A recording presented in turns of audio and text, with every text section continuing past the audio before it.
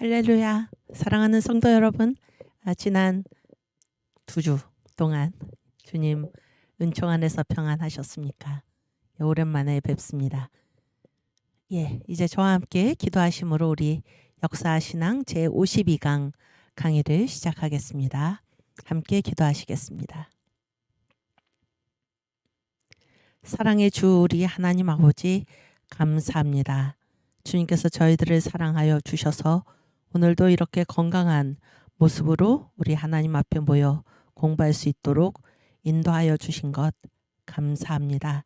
주님, 날마다 저희들의 손가락으로 우리 주님 주신 복을 헤아리게 하시고, 하나님, 우리가 무슨 일을 당하든지 우리 주님께서 언제나 우리 곁에 계시며 우리 앞길 인도하시는 그 사랑을 깊이 깨닫고 주님 주신 복을 헤아리며 날마다 감사함과 기쁨으로 살아나갈 수 있도록 주께서 인도하여 주시옵소서. 하나님, 우리 자유 대한민국을 주께서 언제나 보호하시고 하나님 길이 지켜주시는 줄 믿습니다. 주님을 믿는 주의 성도들, 주의 자녀들 다 한 사람같이 그 마음이 하나 되게 하여 주시고 다 깨어 일어나게 하여 주시고 우리 아버지의 원하시는 그 뜻을 잘 알아 분별하여 주님의 뜻대로 행하는 저희가 될 수 있도록 주께서 인도하여 주시옵소서. 3월 9일 대선에 주님께서 저희들을 주님께서 원하시는 방향으로 이끌어 주시고 이 나라를 주께서 버려두지 않으시고 언제나 불꽃과 같은 눈으로 지키시며 인도하고 계심을 믿사오니 우리 주의 성령이시여 다시 한번 이 나라에 살 길을 주시고 하나님이 이 자유민주주의 자유시장 경제 한미동맹 기독교 입국론의 이 나라 그 건국의 4대 기둥이 다시금 회복되어서 우리 주님께 영광 돌리는 날이 될 수 있도록 주께서 인도하여 주시옵소서. 이를 위해 쓰는 모든 분들을 주께서 붙들어 주시고 저희들 우리 주님의 심령과 똑같이 한마음 하나가 되어서 똘똘 뭉치게 하시고 마침내 싸워 우리 대장 되신 예수를 따라 승리하게 하옵소서. 강의를 시작하는 처음 시간입니다. 마치는 시간까지 우리 주의 성령께서 함께 하심을 믿사옵고 감사하며 예수님의 이름으로 기도하옵나이다. 아멘. 네, 우리 사도신경으로 신앙 고백하겠습니다. 전능하사 천지를 만드신 하나님 아버지를 내가 믿사오며 그 외아들 우리 주 예수 그리스도를 믿사오니 이는 성령으로 잉태하사 동정녀 마리아에게 나시고 본디오 빌라도에게 고난을 받으사 십자가에 못 박혀 죽으시고 장사한 지 사흘 만에 죽은 자 가운데서 다시 살아나시며 하늘에 오르사 전능하신 하나님 우편에 앉아 계시다가 저리로서 산자와 죽은 자를 심판하러 오시리라. 성령을 믿사오며 거룩한 공회와 성도가 서로 교통하는 것과 죄를 사하여 주시는 것과 몸이 다시 사는 것과 영원히 사는 것을 믿사옵나이다. 아멘. 네, 우리 이사야 53장 1절에서 8절 말씀 함께 봉독합니다.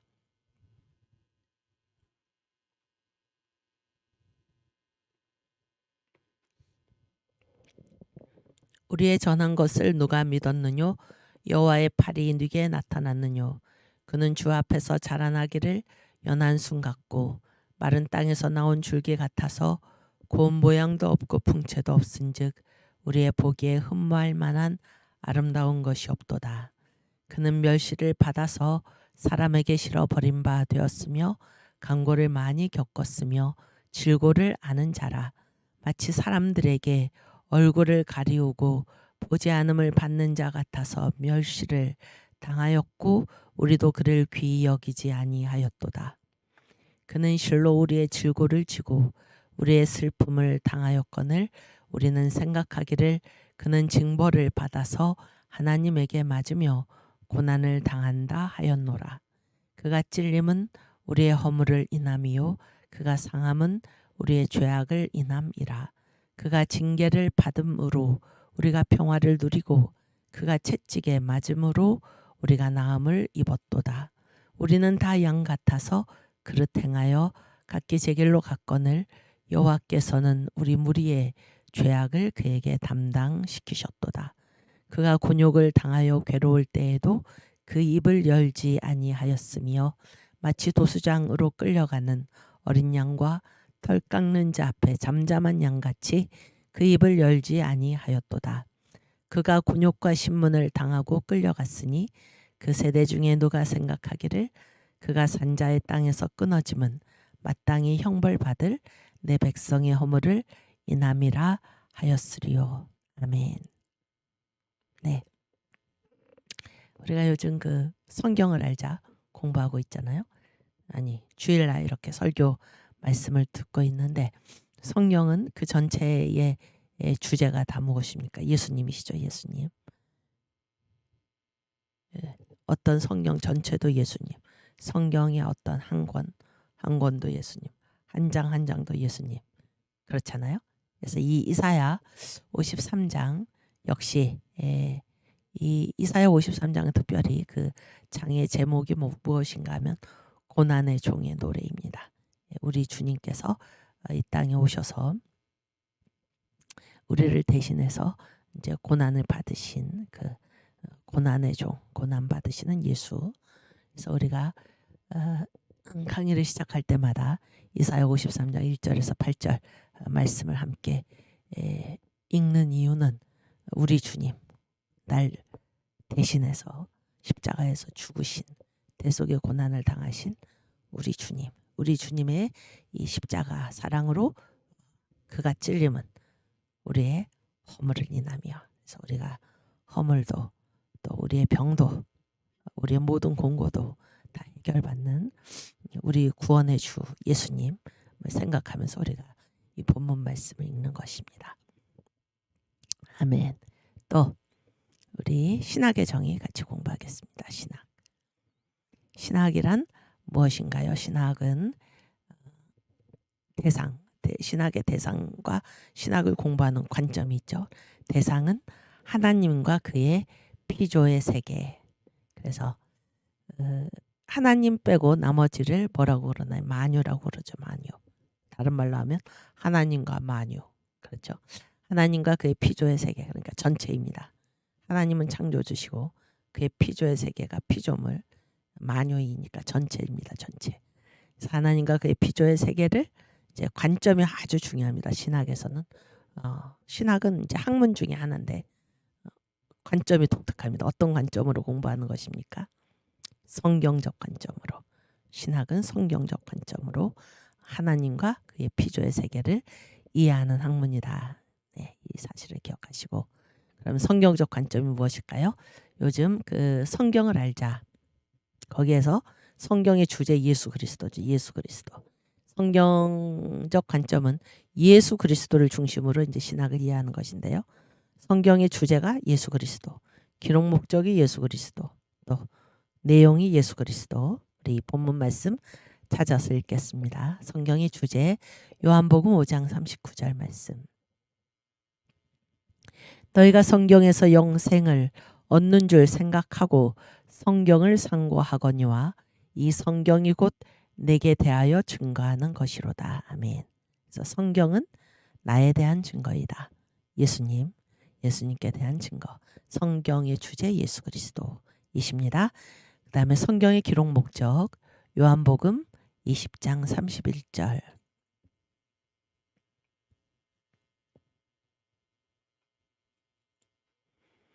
오직 이것을 기록함은 너희로 예수께서 하나님의 아들 그리스도이심을 믿게 하려 하며. 그렇죠? 예수는 예수만이 구주시다, 그런 얘기입니다. 두 번째는 또 너희로 믿고 그 이름을 힘입어, 유일한 구세주 예수의 이름을 힘입어 생명을 얻게 하려 함이니라. 그래서 성경에 기록된 목적이 예수만이 우리의 구주이시오. 우리가 오직 예수의 이름으로만 생명을 얻을 수 있다. 이것을 우리에게 알려주시기 위해서 성경이 기록되었습니다. 아멘. 그 다음에 성경의 내용 누가복음 24장 27절 말씀. 이에 모세와 및 모든 선지자의 글로 시작하여 모든 성경에 쓴 바니까 내용이잖아요. 자기에 관한 것을 자세히 설명하시니라. 모든 성경에 쓰여 있는 바가 누구에 관한 것입니까? 바로 예수님께 관한 것입니다. 예수님께 관한 것. 그래서 성경의 주제 예수, 기록 목적 예수, 성경의 내용 예수. 아멘. 그래서 성경적 관점이란 바로 예수. 성경은 예수를 가리키고 있다. 이 예수 그리스도를 중심으로 하나님과 그의 피조의 세계를 이해하는 학문이 바로 신학입니다. 아멘. 네. 네, 오늘 우리 강의 오늘은 역사 안에서의 심판과 하나님 공부하겠습니다. 역사 안에서의 심판과 하나님. 그래서 이제 우리가 지금 공부하고 있는 전체 주제가 뭔가 하면은 역사 안에서 심판이 이루어진다 그런 얘기. 역사 안에서. 우리가 심판 그러면 흔히 이제 최후 심판만을 생각을 하잖아요. 근데 최후 심판은 언제 이루어지는 심판인가요? 역사의 종말에 가서. 그렇죠? 그거를 최후 심판이라고 그러잖아요. 그런데 심판은 최후의 단 한 번만 이루어지는 것이 아니라 역사 안에서도 심판이 이루어진다. 그런 얘기를 하고 있는 것입니다. 이 역사 안에서의 심판과 하나님 그랬을 때 왜 역사 안에서도 심판이 이루어질까요? 그것은 그러니까 심판하시는 분은 이렇게 심판받는 사람들하고 심판하는 사람하고 심판받는 사람들은 그 뭐라고 그럴까 위치 위상 스테이터스 지위가 동일합니까? 아니면은 이게 전혀 다릅니까? 심판하는 사람과 심판받는 사람은 어떻습니까? 전혀 다르죠. 전혀 다릅니다. 전혀 달라요. 특별히 이제 하나님이 심판하신다 그랬을 때 이 역사 안에서 심판이 이루어진다라는 거는 이 역사를 다스리시는 분이 바로 하나님이시다라는 사실을 우리에게 간접적으로 이렇게 증명해 주는 것입니다. 역사 안에서 심판이 이루어진다라고 했을 때 이게 무슨 심판일까? 이거는 뭐 지금 사람의 심판을 얘기하는 건 아닙니다. 역사 안의 심판과 하나님 그랬을 때 뭐 인간 재판장 사람이 뭐 재판을 해가지고 판결을 내린다 이런 차원이 아닙니다. 역사 안에서도 심판이 이루어진다라고 했을 때 그 심판은 지금 누가 심판하시나? 바로 하나님이 심판하신다 그런 얘기예요. 하나님이. 그랬을 때 하나님이 심판하신다라는 거는 이 심판하시는 하나님하고 이 역사 안에 살아가는 우리하고는 전혀 질적으로 다른 존재이죠. 질적으로 다른 존재. 그래서 이 역사가 내리는 준엄한 심판 이런 말이 있잖아요. 준엄한 심판. 그래서 누구라도 그 앞에 그걸 받아들일 수밖에 없는 그런 심판이 바로 역사가 내리는 심판인데 역사 안에서 역사가 끝난 다음에 이루어지는 거를 우리가 최후 심판이라고 한다면은 이 역사가 진행되는 동안에도 때때로 심판이 이루어진다 그런 얘기잖아요. 역사 안에서도 심판이 있다라고 했을 때 그 심판은 바로 하나님의 최후 심판도 하나님이고 역사 안에서 이루어지는 심판도 하나님이신데 역사 안에서 심판이 이루어진다라는 거는 하나님께서 이 역사를 이끌고 계시다라는 것을 증거하는 것입니다. 무슨 얘기인지 아시겠습니까? 그래서 이 심판하시는 하나님은 그 안에 살아가는 우리랑은 전혀 다른 그런 분이시다. 그런 얘기예요. 전혀 다른 분. 그래서 역사의 심판 그랬을 때 그거는 무슨 사람 어떤 한 사람 어떤 일개인 무슨 판사라든지 이런 사람들의 심판을 얘기하는 것은 아닙니다. 그래서 하나님의 심판입니다. 하나님의 심판. 하나님의 심판인데 이제 하나님께서 어떻게 심판하시는가? 거기에 이제 여러 사람들이 동원되기도 하고 예를 들어서 거기에 동원되는 사람들의 누구도 있습니까? 구약 성경에서 봤을 때 그 제국 있잖아요. 제국. 성경의 그 몇 대 제국이죠?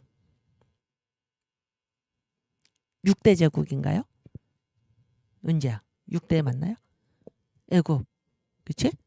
애굽. 그 다음에 아수르. 그 다음이 바벨론. 그지?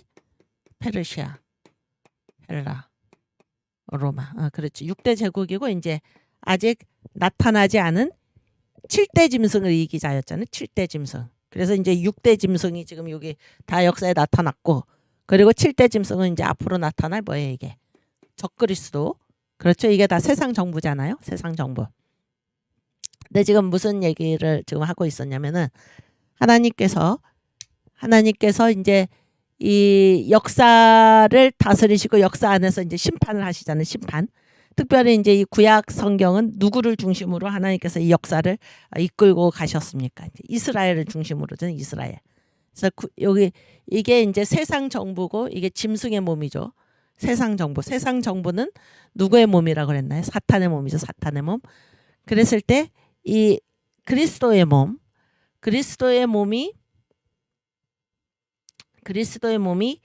이 구약에서는 누구를 중심으로?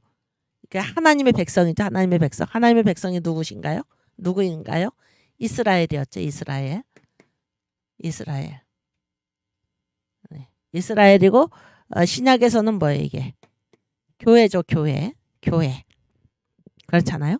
그래서 이제 그러니까 이스라엘이 아주 이렇게 이렇게 표본이죠, 표본으로 해가지고 하나님께서 이제 이 이스라엘을 어떻게 양육하시나라는 건데, 이제 하나님의 이제 심판, 이게 이 자식이잖아요, 자녀인데 이제 말을 안 들으면 어떻게 합니까? 하나님께서 자녀를 제대로 키우시기 위해서, 하나님의 자녀답게, 하나님의 백성답게 만드시기 위해서 벌을 내리시죠, 때마다.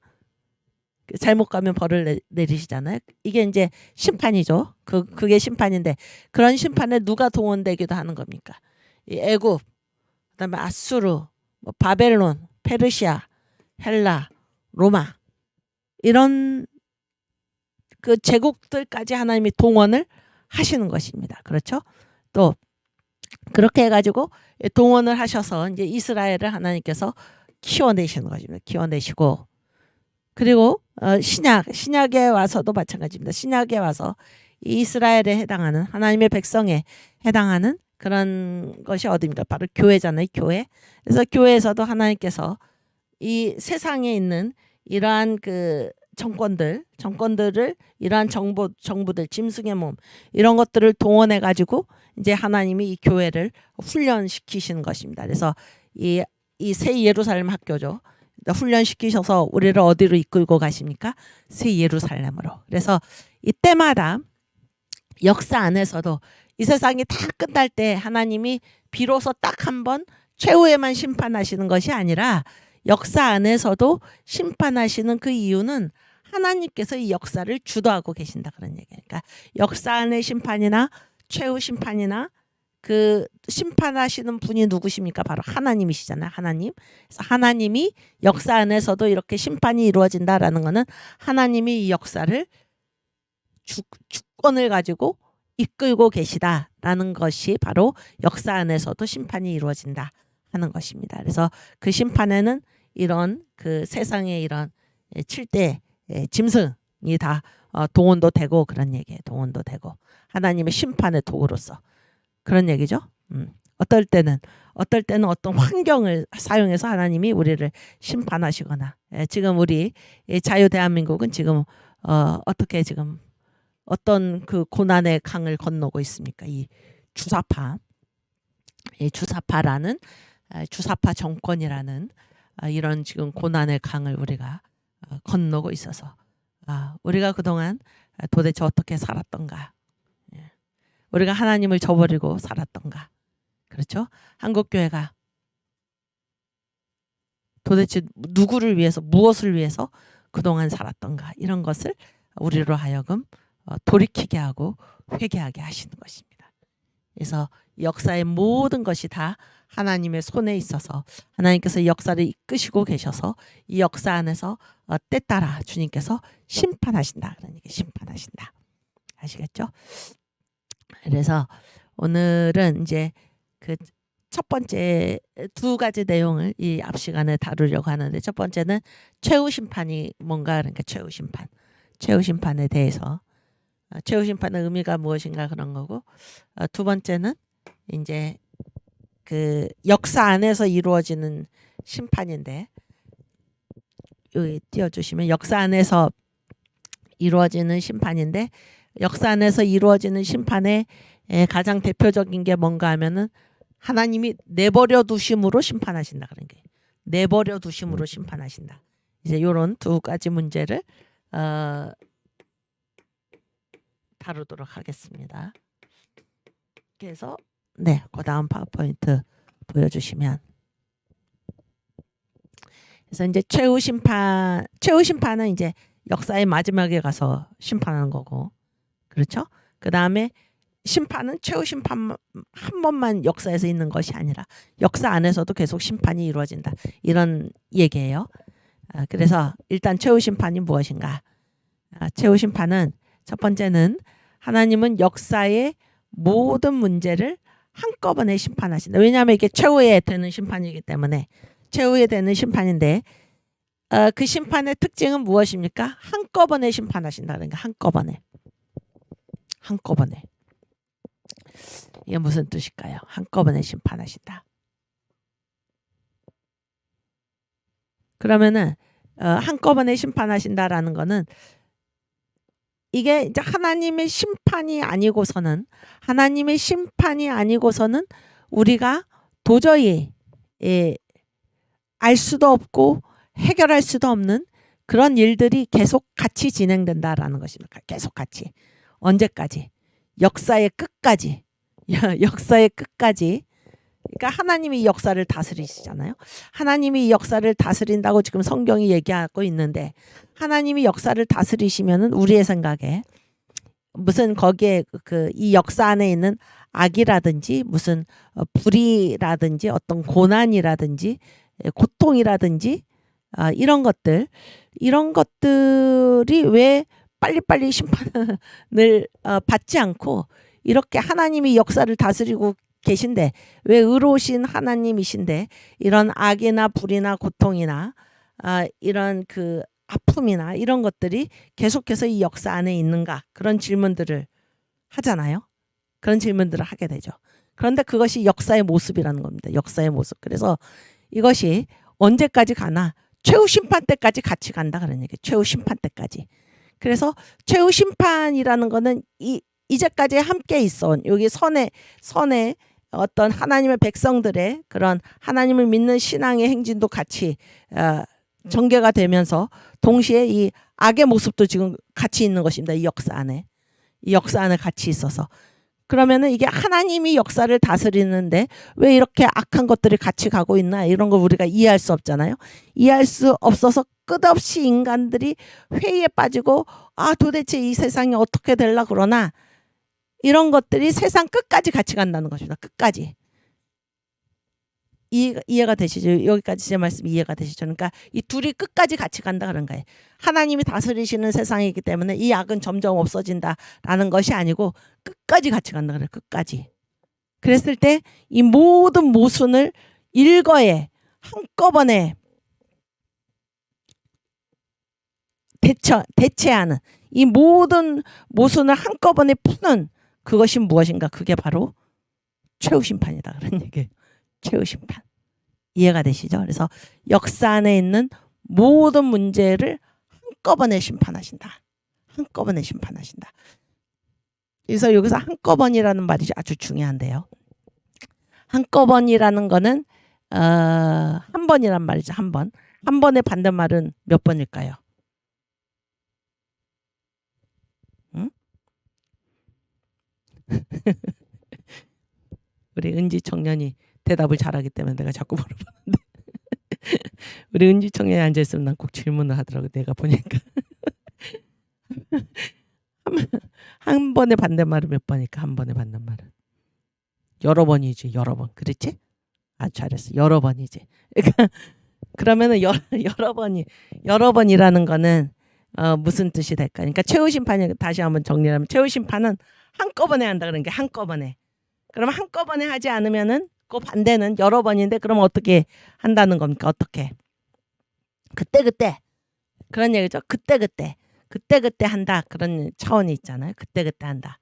그럼 보세요. 하나님의 심판이 그때 이루어진다라고 한다면은 이 사람들, 이 선한 사람들, 특별히 의인들의 어떤 고통이라든지 이런 문제가 역사 안에 있을까요? 없을까요?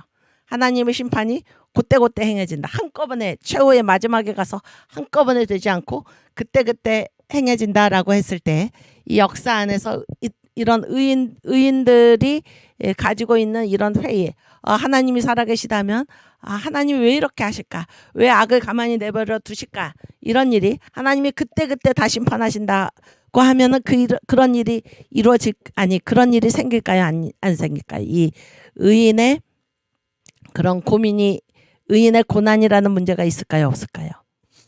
없지요. 없습니다. 없어요.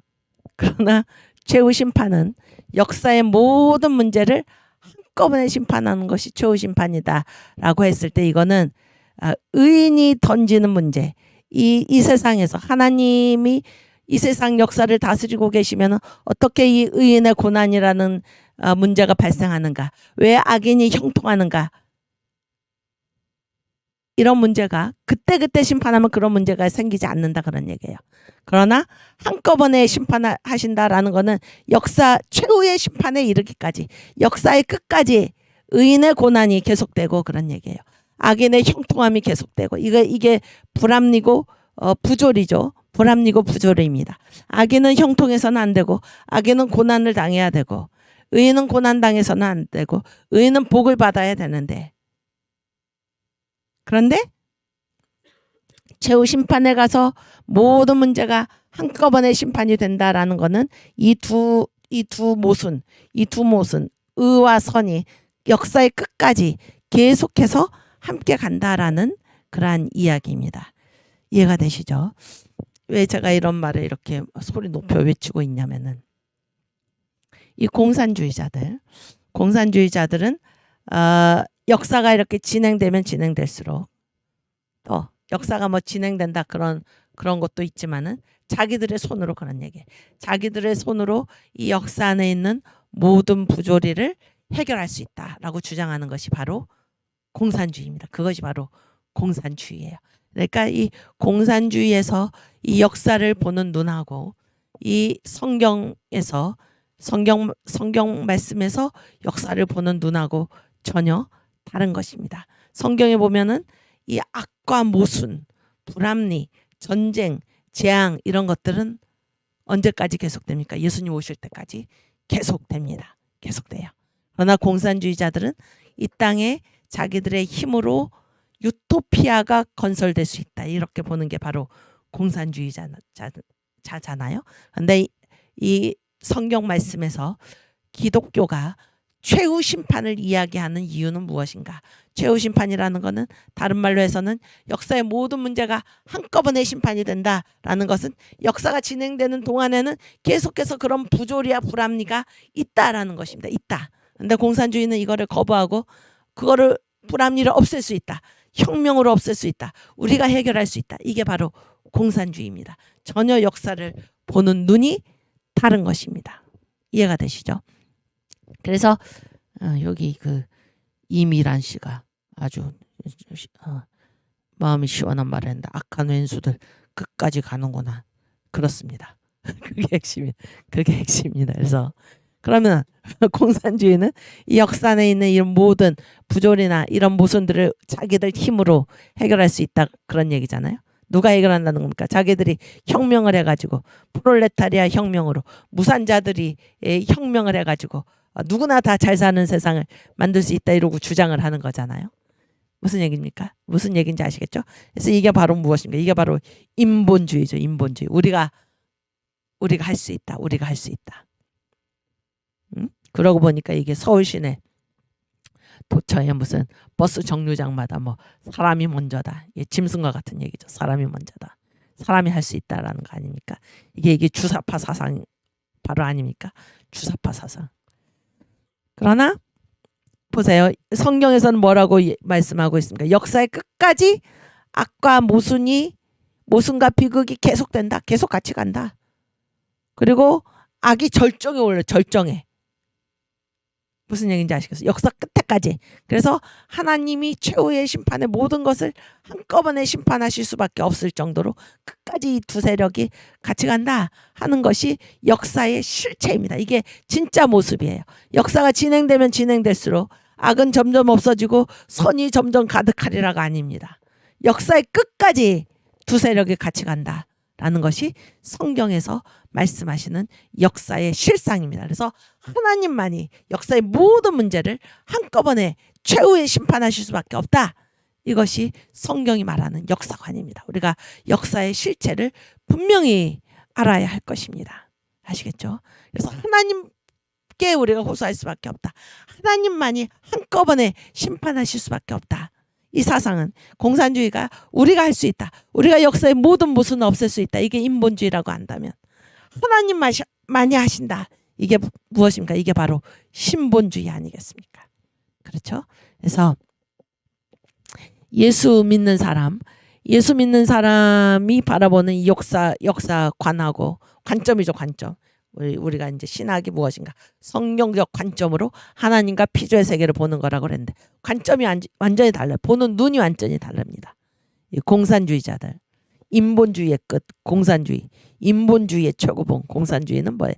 자기들 스스로의 힘으로 해결할 수 있다 이렇게 보는 것이고, 이 신본주의, 예수 믿는 사람들, 우리들은 뭐라고 얘기합니까? 이 둘은 세상 끝까지 같이 간다. 우리 힘으로 해결할 수 없고 하나님이 최후에 한꺼번에 심판하실 수밖에 없다. 이렇게 얘기를 하는 것입니다. 이해가 되시죠?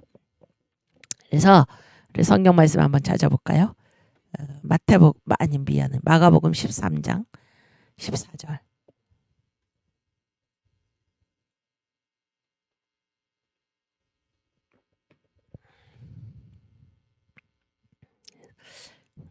멸망에 가증한 것이 서지 못할 곳에 선 것을 보거든 읽는 자는 깨달을진저 그때에 유대에 있는 자들은 산으로 도망할지어다. 이게 뭐 적그리스도죠. 적그리스도.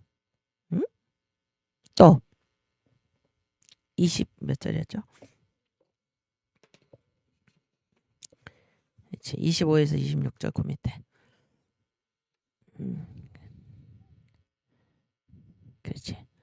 별들이 하늘에서 떨어지며 하늘에 있는 권능들이 흔들리리라. 그때에 인자가 구름을 타고 큰 권능과 영광으로 오는 것을 사람들이 보리라. 그래서 이게 우리 주님께서 구름을 타고 큰 권능과 영광으로 오시면 뭐예요? 역사가 어떻게 됩니까? 역사가 끝이 나죠. 예수님이 오시면서. 그런데 이 역사의 끝까지 어떻게 됩니까? 역사의 끝까지 멸망에 가증한 것이 서지 못할 곳에 서는 그런 일들이 벌어진다 그런 얘기예요. 그러니까 악이라는 것은 이 역사가 진행되면 진행될수록 시간이 점점 미래로 가면 갈수록 악은 점점 사라지고 선이 충만하리라가 아닙니다. 오히려 악이 역사의 끝에 가면 갈수록 뭐예요? 악이 더 절정에 오른다. 이것이 성경이 우리에게 말씀하고 있는 이 역사의 실제의 모습입니다. 실제의 모습이에요.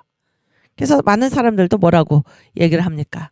이 세대가 갈수록 악해지고 악해지는 것을 보면서 뭐라고 얘기합니까? 세상 끝날이 오는가 보다. 이렇게 얘기를 할 정도로 이것이 예수 믿는 사람들이 이 역사를 바라보는 관점인 동시에 그것이 역사의 참 모습입니다. 참 모습. 우리 힘으로 우리가 이 모든 역사의 부조리와 불합리를 없앨 수 있다라는 것은 바로 공산주의자들의 주장이요. 우리 힘으로 할 수 있다. 이거 인본주의자들의 주장이요. 그것은 역사를 낭만적으로 보는 것이지 역사의 실제의 모습하고는 전혀 다르다 하는 것을 우리가 생각하지 않을 수 없습니다. 네. 또 성경 말씀 마태복음 26장 53절에서 54절.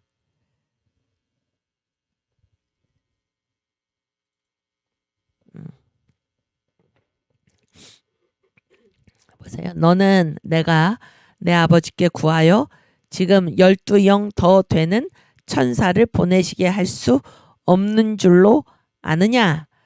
내가 만일 그렇게 하면 이런 일이 있으리라 한 성경이 어떻게 이루어지리요 하시더라.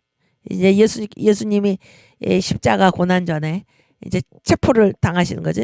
체포를 당하셨을 때 이제 이 베드로 가 이제 막 이렇게 칼을 가지고 그 대제사장의 그 하인 말고에 막 이 귀를 이제 떨어뜨리고 이렇게 했을 때 예수님께서 이제 이 베드로에게 하신 말씀입니다. 베드로에게. 또 요한복음 18장 11절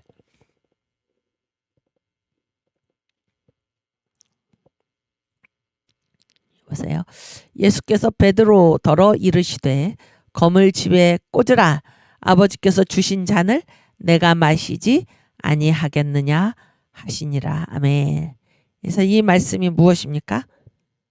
이 말씀이 무엇인가요? 지금 이 예수님 있잖아요. 예수님은 하나님이시잖아요. 하나님이신데 이 하나님을 지금 이 무슨 이 대제사장들이 보낸 그런 그 군인들 또 예수의 제자였다가 예수를 배반한 그런 그 가룟 유다와 같은 이러한 무리들이 지금 하나님의 본체이신 예수님을 이렇게 체포하고 결박하고 그랬을 때 이 베드로는 무엇입니까? 베드로는 이제 의분에 찼던 거죠. 의분에 차가지고 이제 이 역사의 문제를 어떻게 하려고 한 것입니까? 이런 불합리한 상황을, 이런 말도 안 되는 상황을 자기의 힘으로 이제 해결하려고 했던 것입니다. 해결하려고 했어요. 그렇죠? 그러나 예수께서 뭐라고 하십니까? 이런 일이 있어야 된다. 그러니까 이런 일이 있어야 된다. 하나님이 지금 이끌고 계시는 이 역사 안에는 이런 일이 허락이 됐습니다. 있도록 허락이 된 것입니다. 있어야 하는 것입니다. 있어야 한다. 무슨 얘기인지 아시겠습니까? 그래서 우리가 이 역사를 바라볼 때 우리 인간의 중심으로 어떻게 이런 일이 있을 수가 있는가, 이런 우리가 스스로 주인이 돼가지고 이런 문제를 해결하려는 태도를 우리가 가지기 쉬운데 지금 이 예수님의 말씀에서 뭐라고 지금 말씀하고 계십니까? 내가 이 잔을 받지 않으면은 이렇게 되리라 라고 말씀하신 그 성경 말씀이 어떻게 이루어지겠느냐. 그래서 이 모든 것이 너희들의 눈에 또 우리의 눈에 이 악이 판치고 불합리한 일이 일어나고 이 하나님의 본체이신 예수를 지금 체포하고 이런 말도 안 되는 일이 벌어질지라도 이 모든 것이 지금 허락되었고 작정되었고 하나님의 역사대로 지금 진행되고 있다라는 사실을 이 베드로에게 지금 알려주시는 것입니다. 우리의 눈에 그렇게 보일지라도 하나님께서 지금 이 모든 일을 진행하고 계신다. 그분의 뜻대로, 그분의 설계도대로 진행하고 계신다 하는 것을 지금 이 베드로에게 말씀하고 계시는 것입니다. 그래서 우리가 이 역사를 바라볼 때 역사에 왜 이 시간이 가면 갈수록 이 악의 문제라든지 이런 불의의 문제가 절정에 오르는가. 역사가 원래 그렇다 그러는 겁니다. 역사가 원래 그렇다 해서 어느 정도로 절정에 오르는가. 하나님이 최후의 한꺼번에 모든 문제를 심판하시지 않으면 안 될 만큼 역사 끝까지 이 두 모습이 함께 진행된다라는 사실을 우리가 잊어서는 안 될 것입니다. 안 될 것이에요. 그래서 우리가 요한계시록에 보면은 거기에 이제 먼저 이렇게 이 예수님을 믿고 증거하다가 먼저 이렇게 죽임을 순교한 성도들이죠. 순교한 성도들이 막 그 기도를 하면서 하나님께 말씀을 드리잖아요. 보좌에 앉으신 이에게 어느 때까지 계속 이렇게 해야겠습니까? 그랬을 때 이 아직 숫자가 차지 않았다. 그래서 역사는 하나님의 전적인 주권하에, 하나님의 섭리하에, 섭리라는 것은 설계도잖아요. 설계도. 하나님의 계획하심 아래, 하나님의 통치 아래 완전히 하나님의 컨트롤 안에 이게 장악되었다라는 사실을 우리가 믿어야 할 것입니다. 그래서 그것이 아무리 우리 눈에 불합리하고 하나님이 왜 이렇게 하시는가? 그거는 우리의 시각이고 우리의 좁다란 시각이고 우리의 알지 못하는 그러한 그 하소연일 뿐, 모든 것은 하나님의 눈에 훤하게 하나님께서 원하시는 대로 지금 이끌고 계시다라는 사실을 우리가 인정해야 할 것입니다. 아멘. 그래서 그 파워포인트 다시 보여주세요.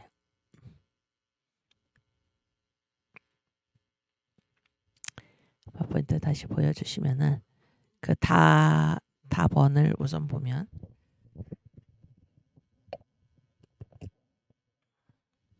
거기에 그런 말이 있죠. 최후 심판은 해결이 아닌 판단이다. 그런 말이 있습니다. 해결이 아닌 판단이다. 여러분, 그 해결과 판단은 어떻게 다를까요? 해결과 판단. 해결은 누구의 입장이고, 저를 보여주세요. 해결은 누구의 입장이고 판단은 누구의 입장입니까? 해결은 뭐예요? 인간과 하나님, 이게 하나님이 계시다. 또 사람이 있다라고 했을 때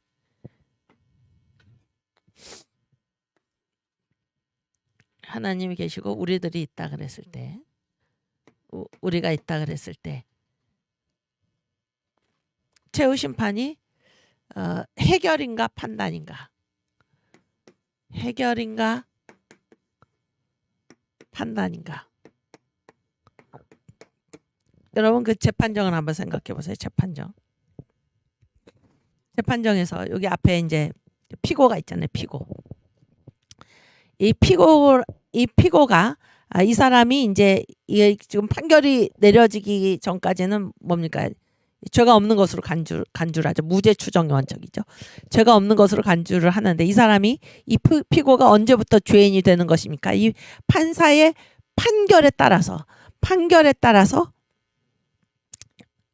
판사가 이제 유죄를 선언하면은 이 피고는 죄인이 되는 것이고, 그렇죠? 판사가 무죄를 선언하면은 이 피고가 이제 죄가 없는 죄인이 아닌 사람이 되는 거 아닙니까? 그렇죠? 그렇습니다. 그랬을 때 이 판사의 판결은 해결입니까? 판단입니까? 어떻습니까? 판사의 판결은 당신은 유죄요. 그러면 이 사람 죄인이 되는 것입니다. 당신은 무죄요. 그러면 이 사람은 죄인이 아닌 게 되는 거잖아요. 깨끗하잖아요. 그 건에 대해서. 그러면은 그랬을 때 그게 이제 판사의 판결인데 이 판결은 판단입니까? 아니면 그 사람이 가진 문제를 해결해 주는 것입니까? 네. 판단이죠. 판단.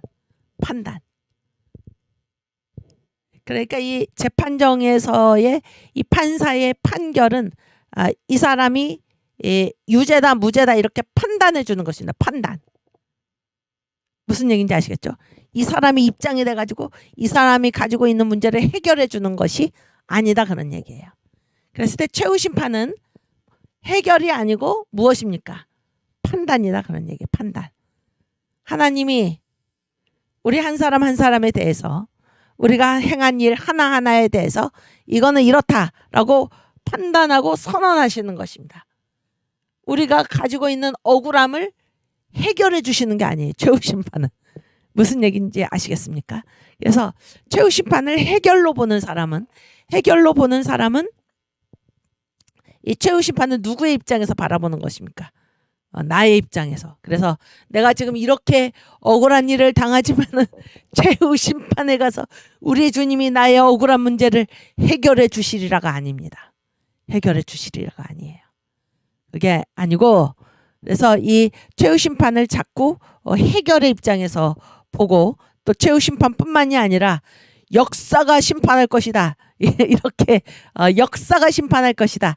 이렇게 주장하는 분들 중에서는 어떠한 심리가 그 안에 있는가? 지금 내가 굉장히 부당하다 그러니 내가 지금 부당한 일을 겪고 있다.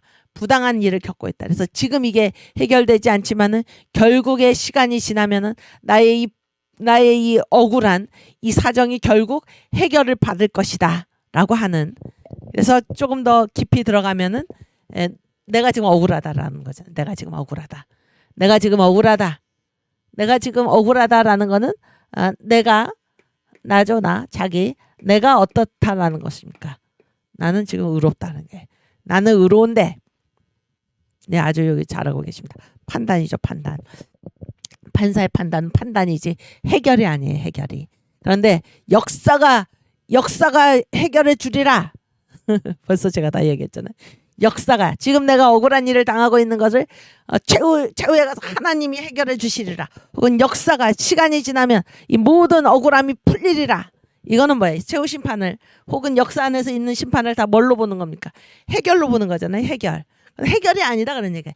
해결로 보는 입장에서는 그 해결로 이 역사 안에서 이루어지는 심판을 보는 사람들은 자기 자신에 대해서 어떠한 좀 깊이 들어가면 어떠한 그 생각을 가지고 있냐면 나는 의롭다 그러니까 나는 의로운데 지금 억울한 일을 당하고 있어서 그런 일을 당하고 있어서 예를 들어서 정권이 바뀌기만 하면 이를테면 정권이 바뀌기만 하면 또 이 불의한 세력이 물러가기만 하면은 우리의 억울함이 다 풀릴 것이다.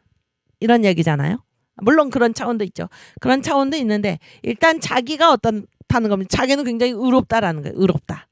그러나 여기 아까 어떤 분이 쓰셨는데 해 아래에 의인은 없나니 하나도 없는 것입니다. 의인은 없나니 하나도 없어요. 그래서 우리가 하나님 우리가 최후 심판을 어떻게 이 악이 이렇게 세상 끝까지 우리를 힘들게 하는구나. 그래서 최후의 모든 문제를 하나님이 한꺼번에 심판하실 것이다 라고 했을 때 이 최후 심판을 해결로 보아서는 안 된다 그런 얘기예요. 해결로 보아서는 안 되고 나나 그나 내가 지금 비방하는 그 사람 어떻게 저렇게 악할 수가 있을까 하는 그 사람이나 하나님 앞에서는 다 무엇입니까? 다 죄인입니다. 죄인. 다 죄인이에요.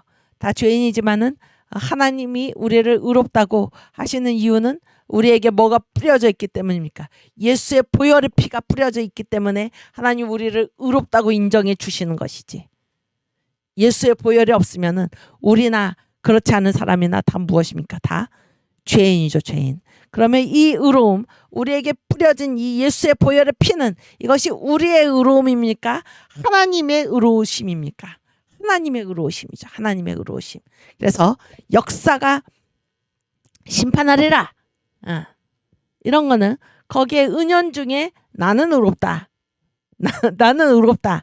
이러한 착각이 있을 수 있다 그런 얘기예요. 우리가 이런 자기의 생각에서 벗어나야 할 것입니다.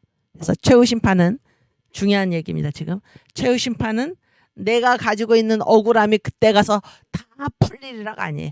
내 중심이 아닙니다. 내 중심이 하나님이 판단하시는 것이지 나의 문제를 해결하시는 게 아니다라는 사실을 기억하시길 바랍니다. 다른 말로는 내가 의로운 것이 아니고 하나님이 의로우시다. 내가 의로운 것이 아니고 하나님이 의로우시다. 그래서 최후 심판은 해결이 아니고 판단이다라는 사실 기억하시길 바랍니다. 다시 파워포인트. 그래서 이제 이 역사 안에 우리가 역사 안에서 우리가 겪어간 한 사건 있잖아요. 한 사건이 다 그 모습 그대로 최후의 심판대 앞에 놓인다. 이제 요 사실도 우리가 생각해야 할 것입니다. 그래서 역사의 모든 문제를 한꺼번에 심판하신다라고 했을 때 내가 한꺼번에 심판하는 그 대상 중에 내가 이 역사에서 살아간 그 한 사건 있잖아요. 한 모습이 그것 그대로 최후의 심판대 앞에 놓이는 것입니다. 최후의 심판대 앞에 놓이는 거예요. 이런 사실을 알면은 하나라도 빠짐없이 다 놓인다 그런 얘기. 하나라도 빠짐없이. 이런 사실을 알면 이 역사 안에서 살아갈 때 우리가 어떤 자세로 살 수 있겠습니까? 살아가야 하겠습니까? 그렇죠?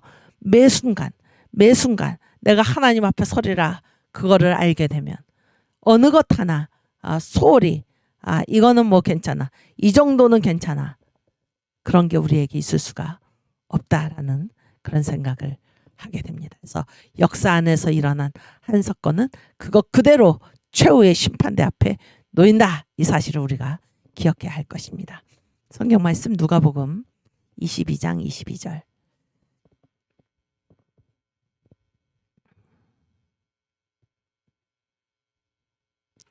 네. 인자는 이미 작정된 대로 가거니와 그를 파는 그 사람에게는 화가 있으리로다 하시니. 그래서 이제 역사는 누구의 뜻대로 진행됩니까? 이미 작정된 대로 하나님께서 작정하신 대로 이 역사는 진행이 됩니다. 진행이 되는데 가룟유다죠. 예수님을 팔았죠. 가룟유다가 예수님을 판 이 행위는 뭡니까? 그것 그대로 심판을 받는 것입니다. 무슨 얘기인지 아시겠어요? 그러니까 예수님은 십자가에서 죽으시도록 하나님께서 창세전에 이미 설계하셨죠. 그렇지 않습니까? 내 죄를 대신 지시고 십자가에 죽으신다. 이렇게 지금 창세기 1장에 둘째 날이죠. 둘째 날 십자가에 죽으신다. 이미 창세전에 하나님의 설계도에 그렇게 되어 있는 것입니다. 그래서 예수님은 이미 작정된 대로 그 설계도대로 가거니와 그러나 이 인자를 파는 그 사람, 이 가룟유다는 뭐예요? 자기의 뜻대로 그렇게 한 것이죠. 자기의 뜻대로. 그래서 가룟유다가 한 그 행위는 그것 그대로 최후의 심판대 앞에 놓이게 되는 것입니다. 이해가 되시죠? 무슨 얘기인지. 또 17장 1절 누가복음.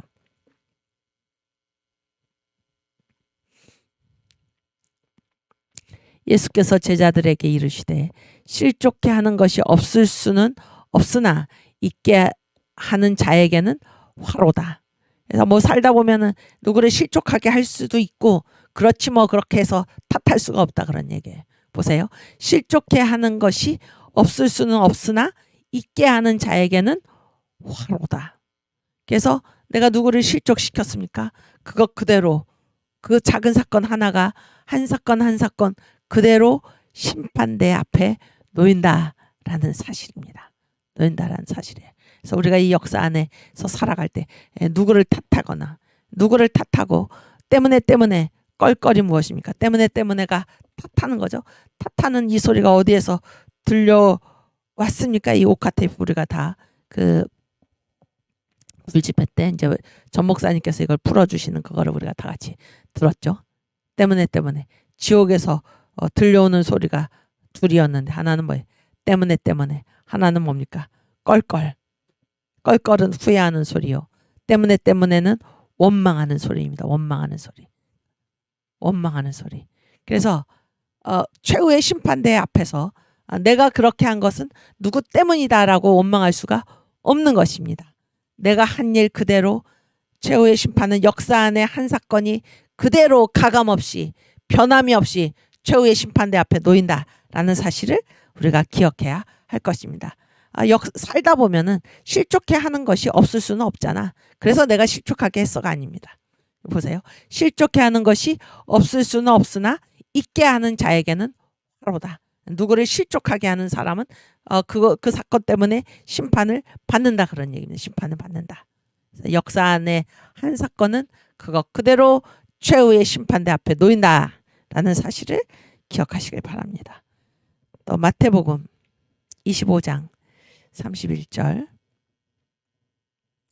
46절.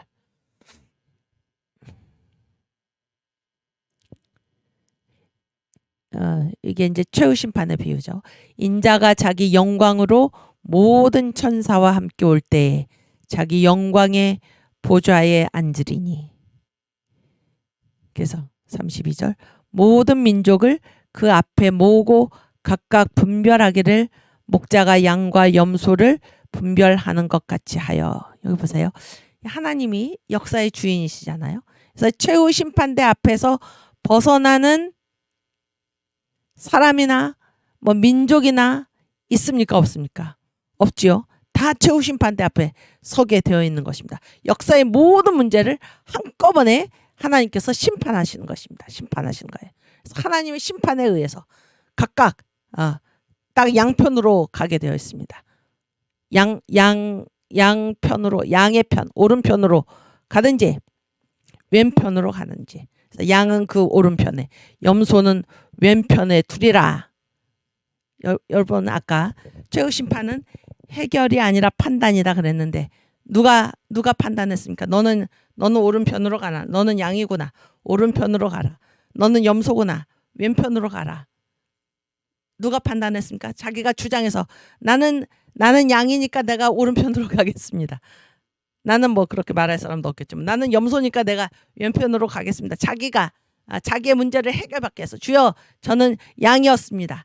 주여 이제 이 세상 살아올 때 내가 온갖 고초를 당했는데 저를 양편에 세워주십시오. 자기의 주장으로 해결 차원에서 그렇게 되는 게 아니라 하나님이 판단하신다 그런 게, 하나님이 판단하셔서 너는 오른편에, 너는 양으로, 너는 염소구나, 너는 왼편으로 이렇게 주님께서 두신다 그런 얘기입니다. 주님께서 두신다. 어떻게 그렇게 하시나? 어떻게 그렇게 하십니까? 그 다음부터 그 내용이 나오는데 계속 읽겠습니다. 34절. 그때 임금이 그 오른편에 있는 자들에게 이르시되 내 아버지께 복받을 자들이여 나와 창세로부터 너희를 위하여 예비된 나라를 상속하라. 내가 줄일 때에 너희가 먹을 것을 주었고 목마를 때에 마시게 하였고 나그네 되었을 때에 영접하였고 벗었을 때에 옷을 입혔고 병들었을 때에 돌아보았고 옥에 갇혔을 때에 와서 보았느니라.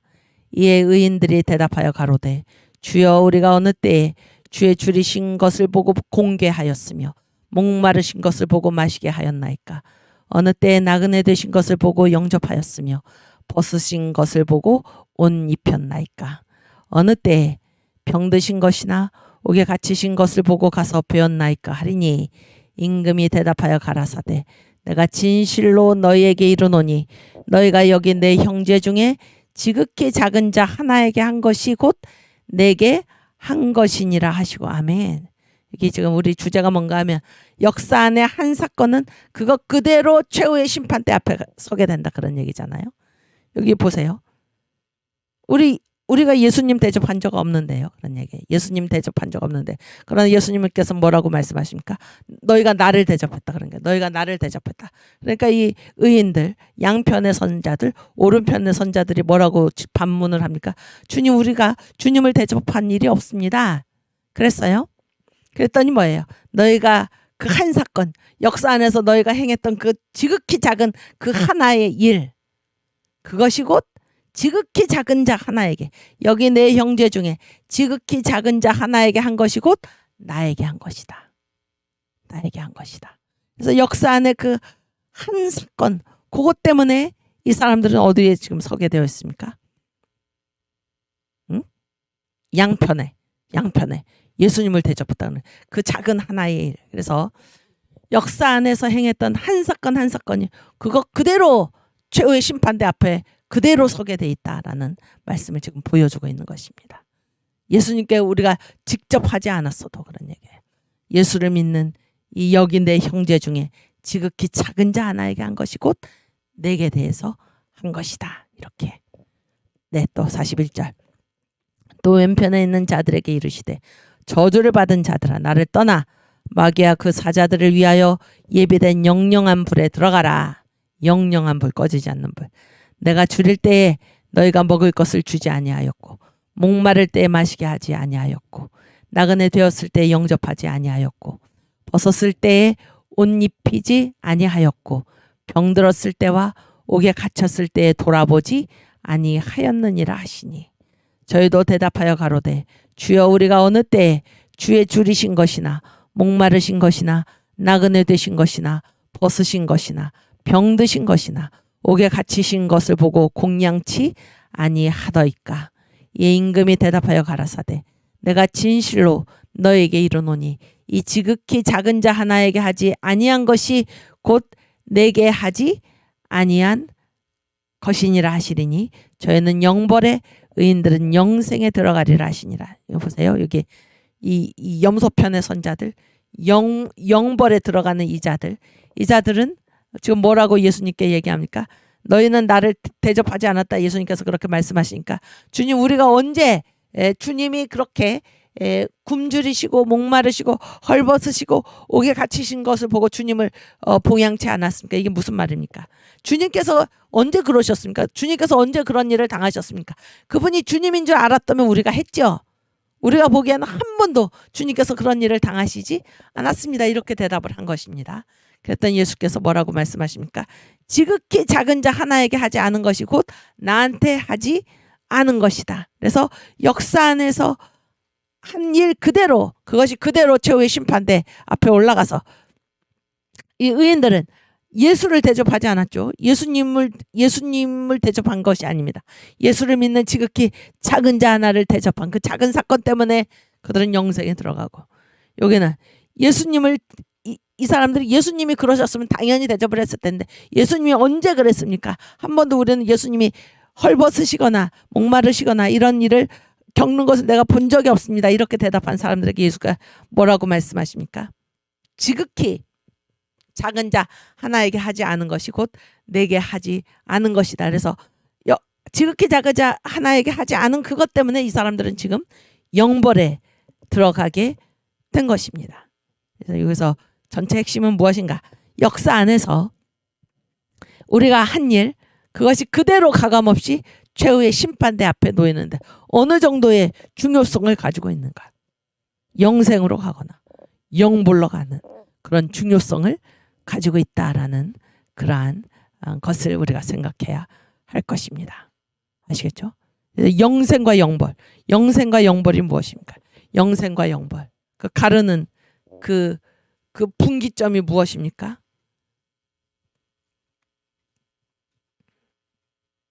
주의 이 강단에서 말씀이 선포될 때 무엇인가? 이 예수께서 어떤 분입니까? 예수께서 우리를 위해서 내 죄를 대신 지시고 십자가에 죽으신 그 사건이 바로 나를 대속하는 그 사건임을 믿으라 라고 말씀이 선포될 때, 또는 그런 전도를 받을 때, 지극히 작은 한 사건이죠.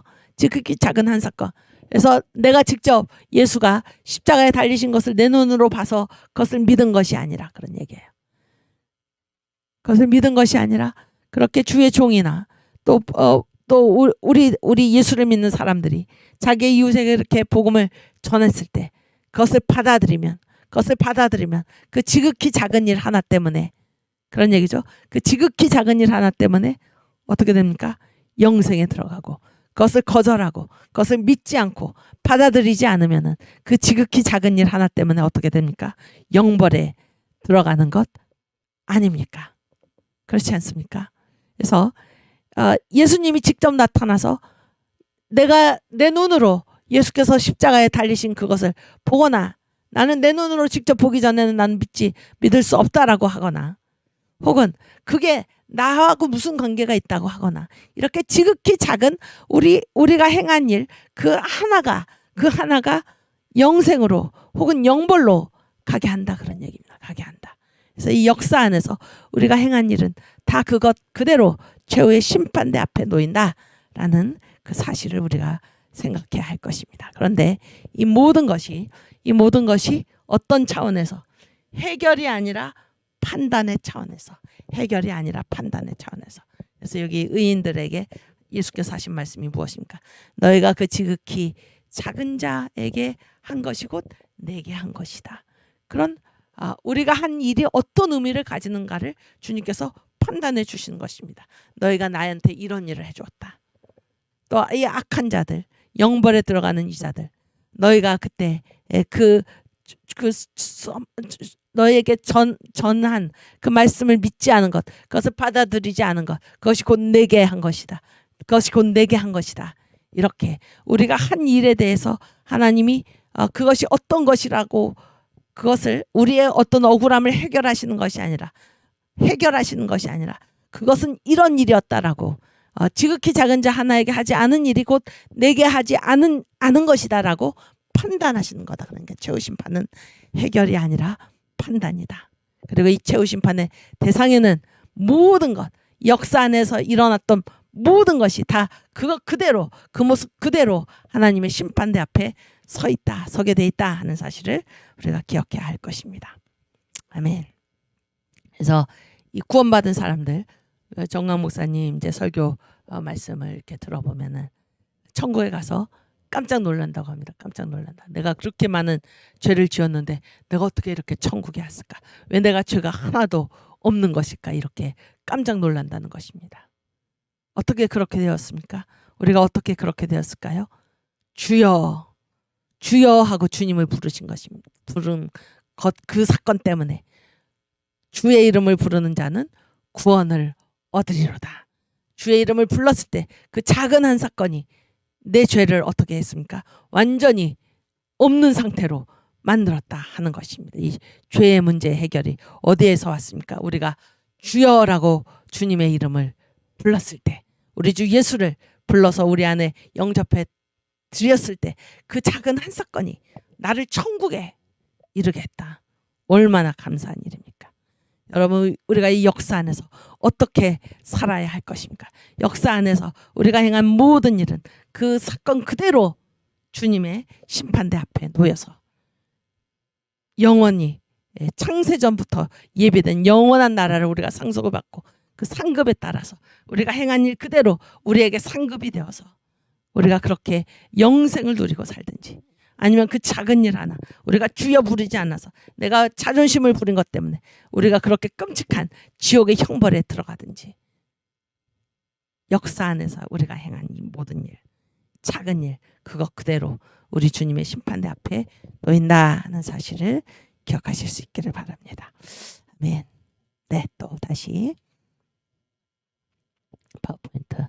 그래서 마지막을 같이 읽어보면, 최후 심판은 해결이 아니라 판단이다. 그래서 각각의 소임의 충실도, 자기 하나님은 우리한테 다 주신 일이 있잖아요. 그거를 얼마나 충실하게 했는가, 그리고 내가 맡은 그 일이 하나님의 뜻 안에서 그 위치가 어떠했던가라는 것을 하나님이 우리에게 너는 이렇게 했구나, 너는 이렇게 했구나라고 판단하시는 것입니다. 판단해 주신 것이지 내가 살면서 겪은 모든 억울한 문제들을 가서 해결받는 곳이 아니다 하는 것입니다. 아시겠죠? 오케이.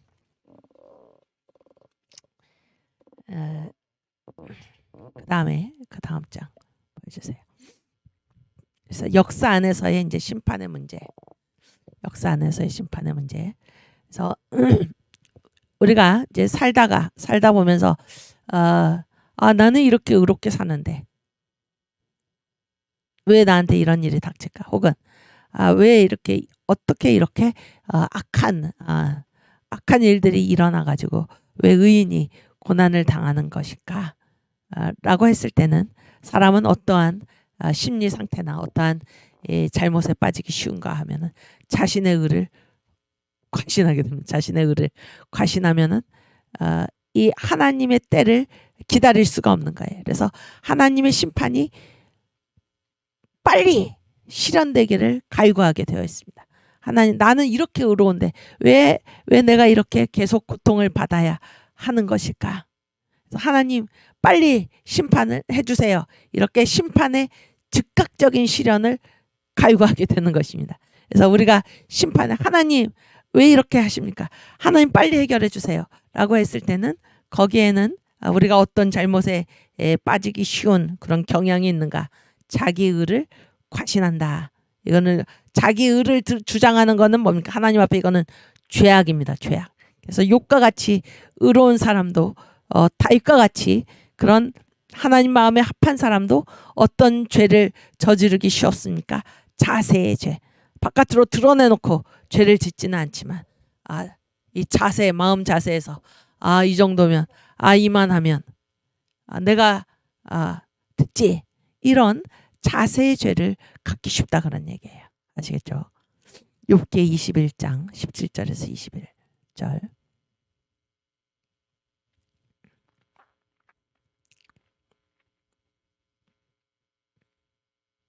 함께 읽겠습니다. 욥이 한탄을 한 거예요. 욥이 악인의 등불이 꺼짐이나 재앙이 그들에게 임함이나 하나님이 진노하사 그들을 공곡케 하심이나 그들이 바람 앞에 건불같이 폭풍 앞에 불려가는 겨같이 되는 일이 몇 번이나 있었느냐. 자기가 보니까 악인의 등불은 꺼지지도 않고, 그런 얘기. 다시 17절 18절. 악인의 등불은 꺼지지도 않고 재앙도 임하지도 않고 하나님이 그들에게 진노를 해서 그들을 가난하게 하시고 고난을 당하게 하시고 바람 앞에 건불처럼 날리시거나 폭풍에 불려가는 겨같이 만드신 일이 몇 번이나 있었느냐. 하나님 왜 안 하십니까? 그런 얘기예요. 그래서 악인이 왜 이렇게 형통한가, 이렇게 한탄하는 것입니다. 또 19절. 하나님이 그의 죄악을 쌓아두셨다가 그 자손에게 갚으신다 하거니와 그 몸에 갚으셔서 그로 깨닫게 하셔야 할 것이라. 그래서 자손 부모가 잘못하면 자손한테 하나님이 갚으신다고 그러는데 아니 안 된다. 이 악인이 자기가 직접 하나님이 그 사람한테 직접 갚으셔서 이 사람으로 깨닫게 하셔야죠. 왜 하나님이 계속 심판을 지금 연기하시느냐 이렇게 지금 욥이 한탄하고 있는 것입니다. 20절. 자기의 멸망을 자기의 눈으로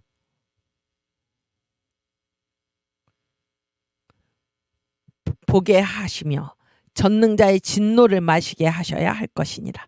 그의 달수가 지나면 자기 집에 대하여 무슨 관계가 있겠느냐. 이게 뭡니까? 다 이게 뭡니까? 왜 하나님이 심판을 당장 실행하시지 않고 응? 자기가 아예 악한 사람이니까 당장 심판을 실행을 하셔서 자기의 멸망을 자기 눈으로 봐야지. 자기가 전능자의 진노를 마셔야지.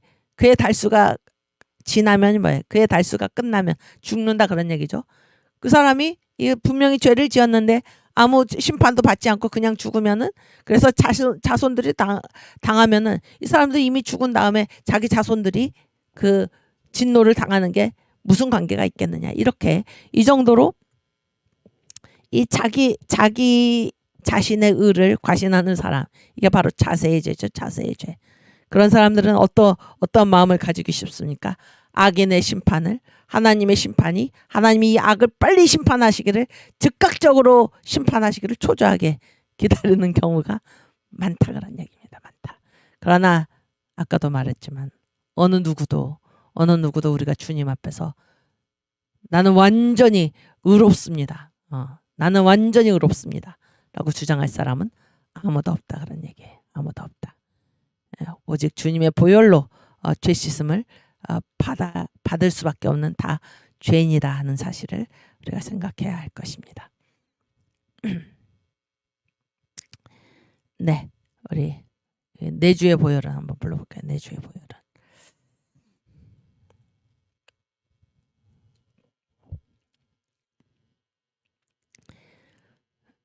내 주의 보혈은 정하고 정하다. 내 죄를 정케 하신 주 나로라 하신다. 내가 주께로 지금 가오니 십자가의 보혈로 날 씻어 주소서. 5절. 그 피가 맘속에 큰 증거 됩니다. 내 기도 소리 들으사 다 허락하소서. 아멘. 내가 주께로 지금 가오니 십자가의 보혈로 날 씻어 주소서. 아멘. 오직 우리 주님의 핏부림만이 우리를 정결케 하시는 것입니다. 나는 의롭고 저 사람은 죄인이어서 하나님 왜 빨리 심판하지 않으십니까? 라고 우리가 초조해 해서는 안 됩니다. 그거는 뭐예요? 자기 의에 대한 확신이죠. 자기 의에 대한 확신. 그러나 그렇게 하나님의 심판, 하나님의 심판이 즉각적으로 실현되기를 바라는 사람일수록 어떻게 해야 합니까? 자기 자신을 돌아보는 그런 마음이 우리에게 있어야 할 것입니다. 네, 파워포인트.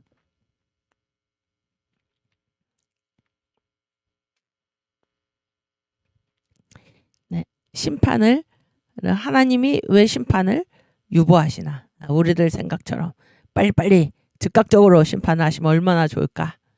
그게 우리들 생각인데 하나님이 심판을 유보하시는 이유가 있습니다. 유보하시는 이유. 첫 번째는 하나님이 이제 알곡과 가라지를 같이 자라게 놔두시죠. 같이 자라게. 왜 같이 자라게 두십니까? 알곡을 보호하시기 위해서. 또 하나님이 가나안에 들어갔을 때 거기에 있는 그 가나안 그 7종족 있잖아요. 이스라엘이 들어가기 전에 다 쫓아내시고 그 텅 빈 데 들어가게 하지 않으시는 이유가 무엇인가? 들짐승들이 사람이 아무도 없으면은 들짐승들이 거기 번식해서 들끓어 가지고 이 이스라엘 백성들을 해칠까봐. 다 이유가 있습니다. 하나님이 심판을 유보하시는 이유는 알곡을 보호하시고 주의 자녀들을 보호하시고 성도를 보호하시기 위해서다. 왜 하나님이 악인의 불을 가득 쌓아 두시는가? 의인에게 주시기 위해서. 네, 이것이 심판이 유보되고 심판이 즉각적으로 실현되지 않는 이유에는 누구를 위함인가? 바로 우리들을 위함이다. 그런 말씀입니다. 우리 본문을 찾아보겠습니다. 마태복음 13장 27절에서 30절.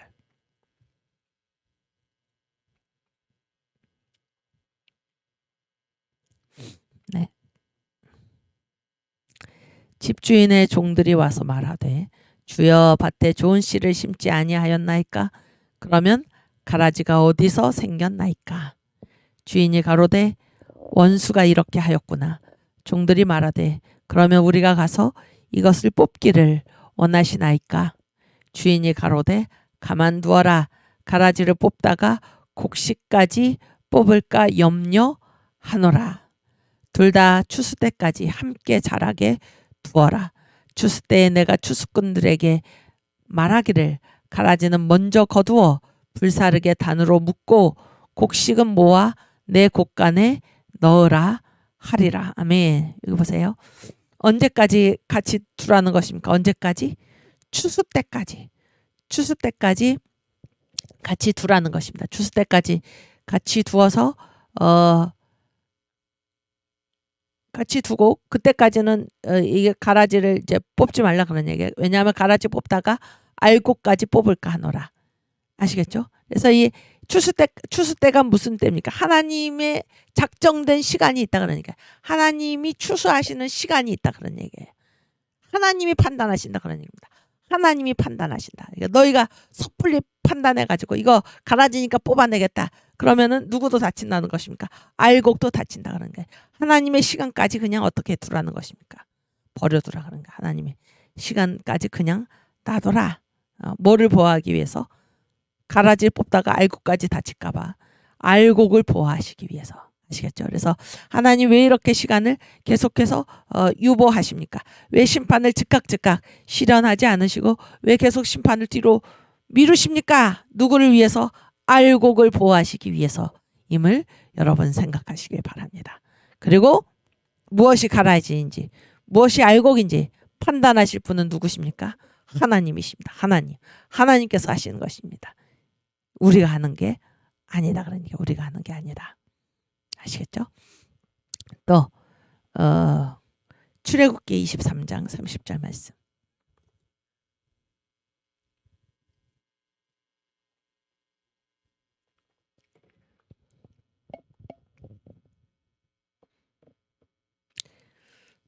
여기 잠깐만 저를 보여주세요.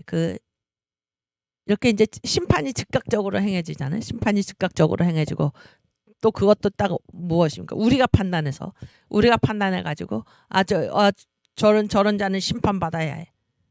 우리가 압니까, 여러분? 우리가 다 아나요? 요즘 이렇게 이따가도 얘기를 하겠지만 이렇게 시간이 심판이다라는 거를 제가 이따 얘기할 건데 시간이 지나면서 어떻게 됩니까? 시간이 지나면서 다 드러나죠. 다 그 모습들이 드러납니다. 다 그 모습들이 드러나는데 지금 뭐 이제 대통령 선거를 앞두고 있는데 처음에는 어땠습니까? 처음에는 무슨 공정이라든지 뭐라 그랬죠? 뭐 하여튼 말이 아주 유창해가지고 뭐 하여튼 어마어마한 말을 우리한테 했죠. 뭐 기회에서는 공정하고, 제가 그 말을 뭐 외우진 않는데, 하여튼 그런 엄청난 말을 하고 무슨 문제가 있으면은 광화문에 나와서 이 국민들을 만나고 그런 얘기 다 하지 않았습니까? 다 했죠. 다 했습니다. 그런데 이 5년의 시간이 지난 다음에 그 실체가 드러나는 것입니다. 실체가. 무슨 얘기인지 아시겠어요? 그런데 그때 많은 사람들이 어떻게 했습니까? 많은 사람들이 그때 거짓 선동에 속아가지고, 그때 그런 화려한 미사여구에 속아가지고 어떻게 했습니까? 뽑았죠. 그렇지 않았습니까? 그게 뭐예요? 그게 바로 즉각적 심판 아닙니까? 즉각적 심판. 거짓 선동에 속아가지고 거짓에 속아서 현직 대통령을 끌어내린 그런 어리석음이 무엇입니까? 그게 바로 즉각적 심판의 모습 아닙니까? 그런데 어떻게 됐습니까? 시간이 지나고 나니까 시간이 뭐 많이 지난 것도 아니고 그 재판 과정에서 그것이 다 거짓이라고 밝혀졌는데도 이미 대통령들은 다 감옥에 가 있고, 이 나라의 이 나라의 기관에서 일했던, 이 나라를 버티고 나갔던 그런 사람들이 지금 뭐 200명이라고 하죠. 200명 가까이가 다 감옥에 들어가 있고, 이게 무엇입니까? 즉각적 심판. 즉각적 심판. 하나님이 그냥 돌아. 하나님이 그냥 돌아.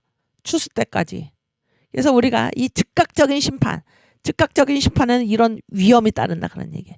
그래서 이 사람들이 악한 사람인 줄 알았더니 국정을 농단했다고 생각을 했는데, 그런 무슨 그 국군 대장인가요? 그 공관병이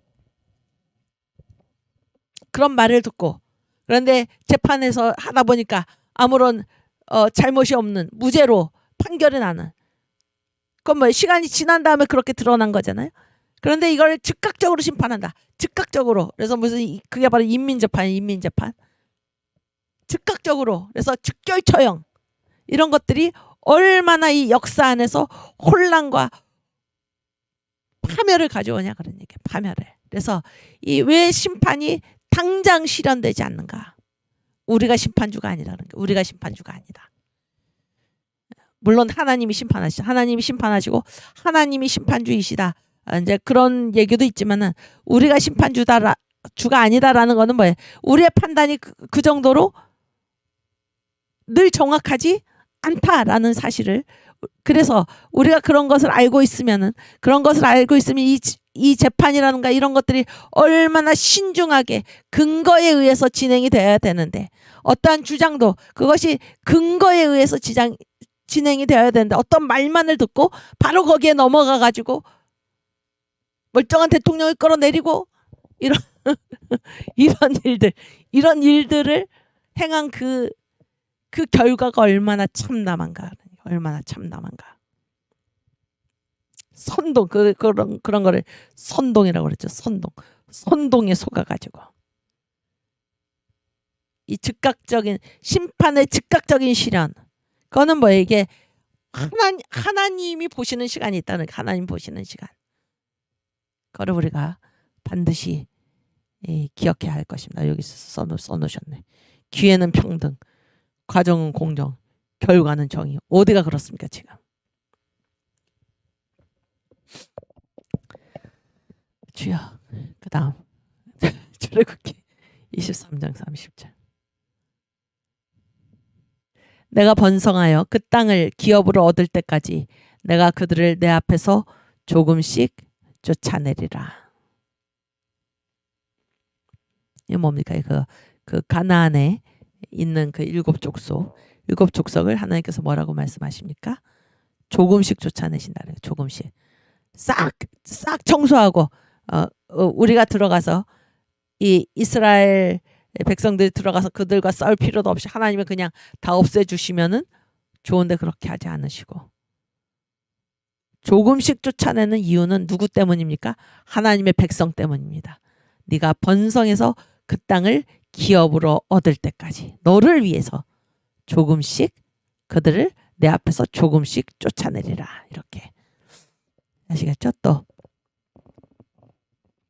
또 신명기 7장 22절 말씀.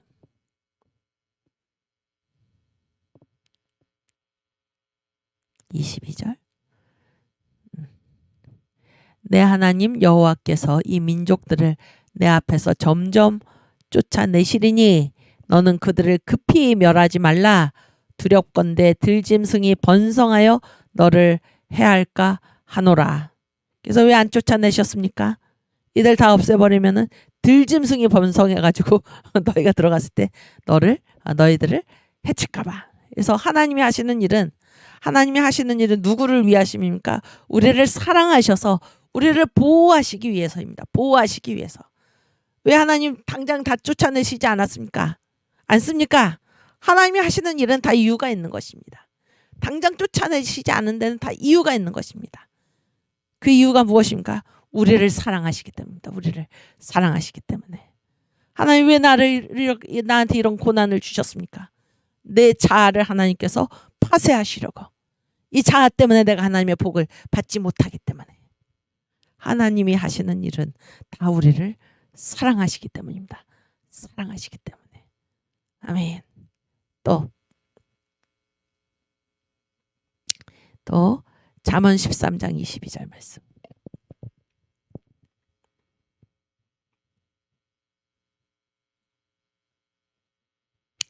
보세요. 선한 사람이죠. 선인은 그 산업을 찾아 손손에게 끼쳐도 죄인의 재물은 의인을 위하여 쌓이느니라. 이게 성경 보면 이런 말씀이 참 많은데, 여러분 죄인의 재물 있잖아요. 죄인의 재물이 지금 쌓이고 있어요.